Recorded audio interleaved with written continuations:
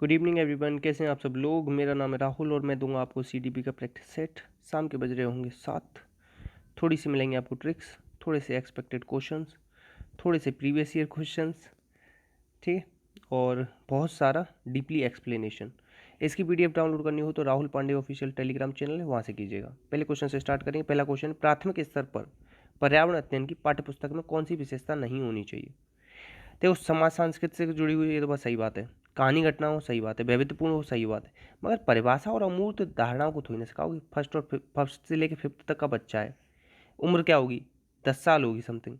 अमूर्त अवधारणा कहाँ से, 11 से 15 की एज में सिखाता है प्याजे कहता है। तो ये तो अभी बड़ा बच्चा होना चाहिए। तो आंसर क्या हो जाएगा, सी। ठीक है, सी हो जाएगा इसका। नेक्स्ट, अब देखो, एनसीएफ 2005 निम्न में से किसको प्रभावित नहीं करता। अनुभव को करता है, हस्त इस पे करता है, विषय अनुसार उपागम पे करता है। तकनीकी शब्दावली पे कब उसने कहा, कभी नहीं कहा। एनसीएफ किस पे आधारित है, सभ्यता एंड प्रगति, किसका निबंध था, रविन्द्रनाथ टैगोर का। ठीक है, एनसीएफ किस पे आधारित है, निर्मितवाद पे। ठीक है, याद रखना ये चीज़ें। ठीक है, और 10-10 लाख रुपए दिए थे इसने हर स्टेट को इसे लागू करने के लिए।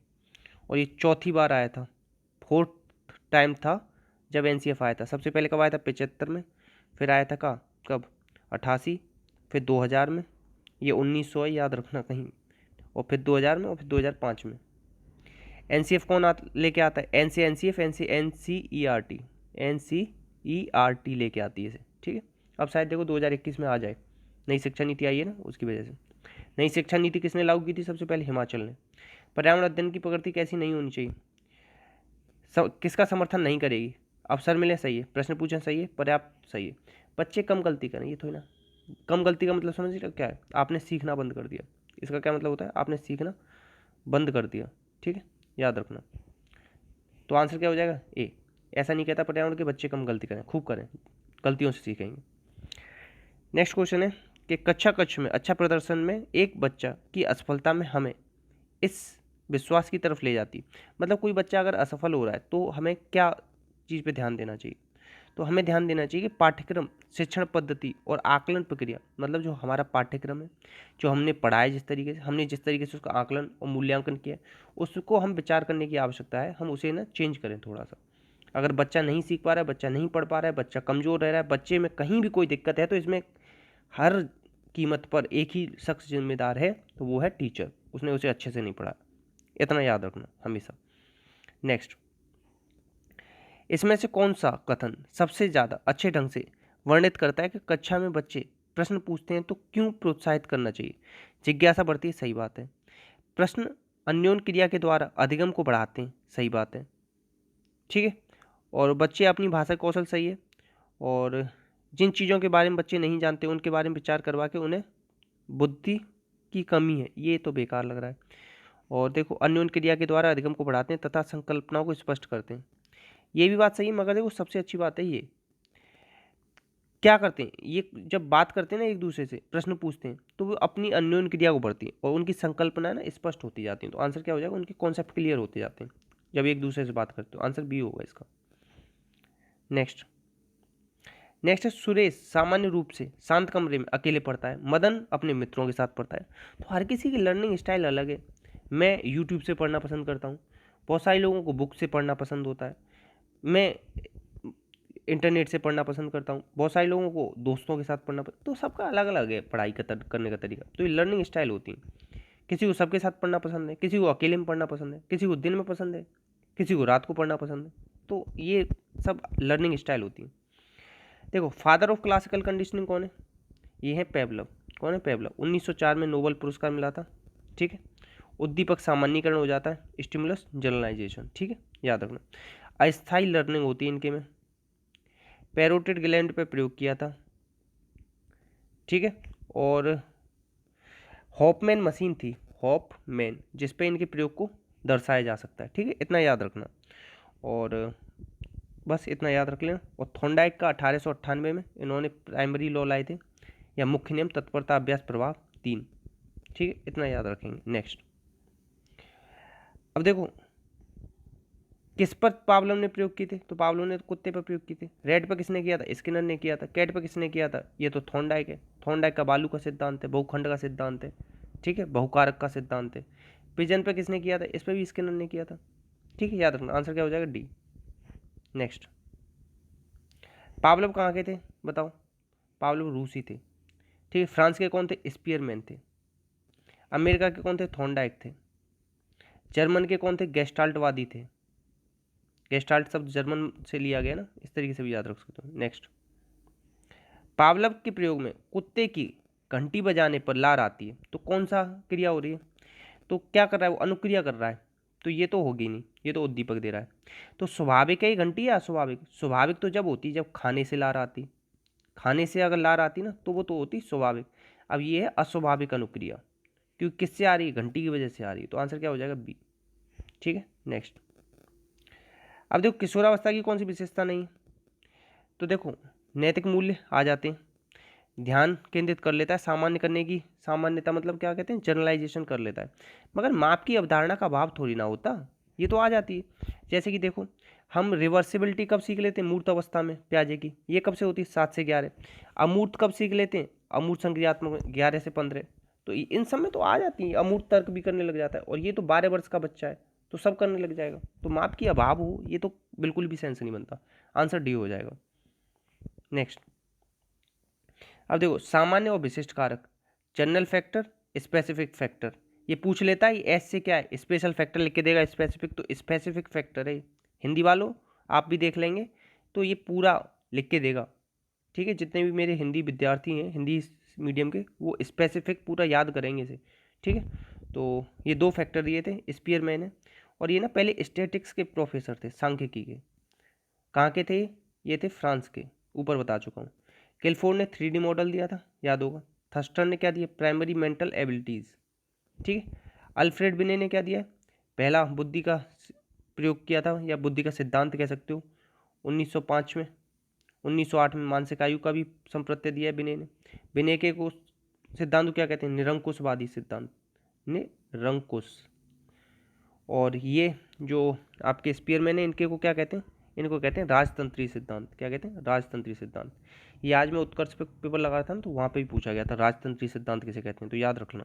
नेक्स्ट क्वेश्चन देखो, एनसीएफ 2005 के अनुसार पाठ्य पुस्तक को अभ्यास कैसा होना चाहिए? स्थानीय ज्ञान होना चाहिए, बच्चे के अनुभव से जोड़ते रहना चाहिए, मतलब समझ लोकल लैंग्वेज होनी चाहिए। अब ऐसा नहीं कि आप पाठ पढ़ा रहे हो कि नदी का, ठीक है, नदी का पाठ पढ़ा रहे हो और आप एमपी की किताब पढ़ा रहे हो, क्योंकि एमपी वर्ग 3 होने वाला ना, उसका एग्जांपल देता हूँ। तो आप नर्मदा नदी के बारे में बताओ, आप ऐसा नहीं कि नील नदी के बारे में बताएं। नील नदी उसने सुनी होगी आज तक नहीं, मगर नर्मदा उसने जरूर सुनी होगी एमपी के बच्चे ने। लोकल एग्जाम्पल लो, बच्चे के अनुभव से लेके पढ़ाओ, आंसर हो जाएगा डी। नेक्स्ट, एनसीएफ जो 2005 है, ये किस भारत में डैश के द्वारा 2005 में किसके द्वारा आता है, और ये कौन सा एनसीएफ था? मैंने बताया था ना आपको, सबसे पहले 75 में आया था, फिर 88 में आया था, फिर 2000 में आया था, फिर 2005 में आया था, ठीक है। तो क्वेश्चन नंबर इसे मान लेना 1, और इसका जवाब देना कमेंट बॉक्स में। नेक्स्ट है, इसमें से कौन सा संज्ञानात्मक विकास को प्रभावित करने वाला कारक नहीं? कौन कौन सा करता है संज्ञानात्मक विकास? संज्ञानात्मक विकास समझो, दिमाग का विकास। प्याजे इसी से तो रिलेटेड। संज्ञानात्मक मनोविज्ञान के जनक इसीलिए तो कहते हैं प्याजे को। 4 अवस्थाएं बताई थी, स्विट्जरलैंड के थे, ठीक है। 3 बच्चों पर प्रयोग किए थे, याद रखना ये सब। तो देखो स्कूल का वातावरण, परिवार का और परिवार की आर्थिक स्थिति सब करते हैं, मगर आंखों का रंग देखो, किसी की काली आंखें, किसी की नीली आंखें, किसी की भूरी आंखें, तो इसका मतलब ये तो है ना कि उसका दिमाग तेज होगा या दिमाग कमजोर होगा अगर ऐसी आंखें नहीं। तो आपकी आंखों का रंग, इससे संज्ञान का कोई मतलब नहीं होता। आंखों का रंग आपकी हेरिडिटी से डिसाइड होता है, ये भी पूछा जाता है कि इसमें कौन सी ऐसी चीज़ है जो वातावरण से नहीं मिलती। तो आंखों का रंग ना आपके जीन्स से मिलता है, वातावरण से नहीं मिलता। तो आंसर क्या हो जाएगा? डी। नेक्स्ट, जीन पियाजे के अनुसार शिक्षण को सबसे प्रभावी तरीका कौन सा है? सबसे प्रभावी तरीका होता है सक्रिय अन्वेषण। कहता है ना एक्टिव एक्सप्लोरर होना चाहिए, या नन्ना वैज्ञानिक, ये भी बात कही है, ठीक है।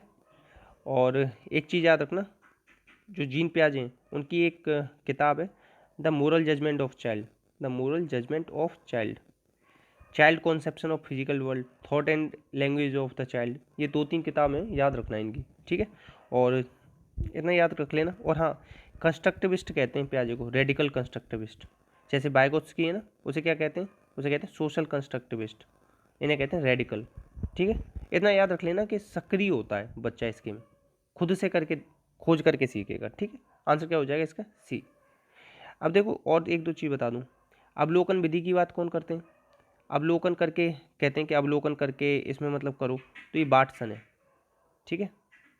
बाटसन ने क्या कौन सी विधि दी थी? बहिर्दर्शन, बहिर्दर्शन, ठीक है।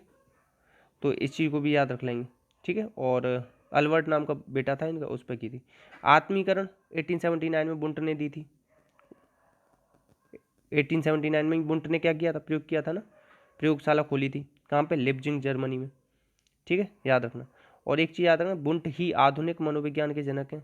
विलियम जेम्स मत करना, विलियम जेम्स आए तो वो केवल अमेरिका के अंदर मनोविज्ञान के जनक है। अगर ये पूछे कि आधुनिक मनोविज्ञान के जनक कौन है, तो बुंट करके आना। और देखो शिक्षा मनोविज्ञान में अगर पूछ ले कि पहली प्रयोगशाला किसने खोली थी, तो वो किसने खोली थी? जॉन डीबी ने खोली थी 1894 में। दोनों अलग अलग क्वेश्चन है, अलग अलग याद करना। ये पहली प्रयोगशाला है मनोविज्ञान की, ये शिक्षा मनोविज्ञान की पहली प्रयोगशाला है जॉन डीबी वाली 1894। इतना सब कुछ याद हो गया हो, नहीं हुआ हो, मतलब डाउट रह रहा हो तो कमेंट बॉक्स में लिख के पूछ लेना। नेक्स्ट, विकास कभी खत्म नहीं होता। कभी खत्म नहीं होता जो चीज़, वो क्या होती है? निरंतर चलती रहती है। आंसर हो जाएगा बी। नेक्स्ट, समावेशी शिक्षा के अनुसार हमें डैश का योग्य करने के लिए डैश को बदलना होगा। तो क्या बदलते हैं हम बदलते हैं प्रणाली को, बच्चे को नहीं बदलते। तो इसमें बच्चा आ रहा है आखिरी में। परिवार और पर्यावरण की कोई मतलब नहीं था, तो किसको बदलेंगे? बच्चे को योग्य करने के लिए प्रणाली को बदलेंगे। आंसर हो जाएगा डी।